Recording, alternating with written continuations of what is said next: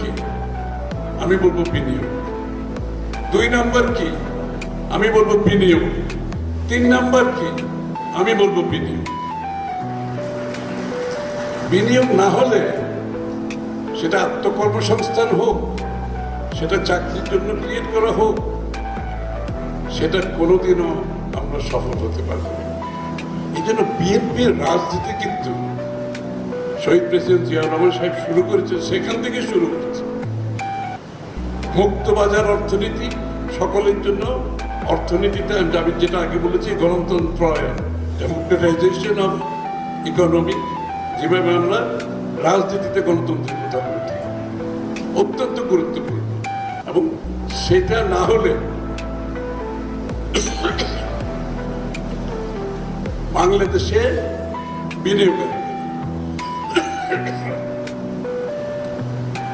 আপনি তাহলে বিনিয়োগ আসতে হলে দেশের ভিতরে বিনিয়োগ, দেশের বাইরে থেকে বিনিয়োগ আনতে হলে যেটা প্রথম দরকার রাজনৈতিক স্থিতিশীলতা, পলিটিক্যাল স্টেবিলিটি 1 নম্বর পয়েন্ট। পলিটিক্যাল স্টেবিলিটি কখন হয় একটা দেশে? একটি নির্বাচিত জনগণের ভোটে, আমাদের সংবিধান যেটা বলে জনগণের সরাসরি ভোটে একটা নির্বাচিত সরকার থাকলে, যে সরকার জনগণের কাছে জবাবদিহি দায়বদ্ধ থাকে, জনগণের কাছে বারবার যেতে হয় নির্বাচিত হওয়ার জন্য, তখন স্টেবিলিটি থাকে। আজকে বাংলাদেশে সে অবস্থা আছে। আমরা স্বৈরাচারকে বিতাড়িত করেছি, আমরা কিন্তু এখনো বাংলাদেশের নির্বাচিত সরকার হয়নি।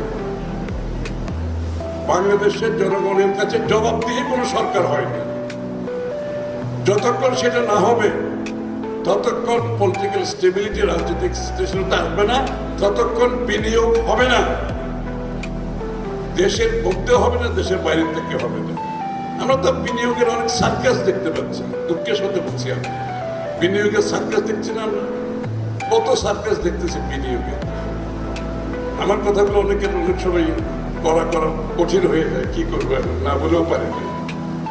এই বিনিয়োগের সার্কাস তো যারা বিনিয়োগ বুঝে তারা জানে এই সার্কাসের মাধ্যমে বিনিয়োগ হবে না।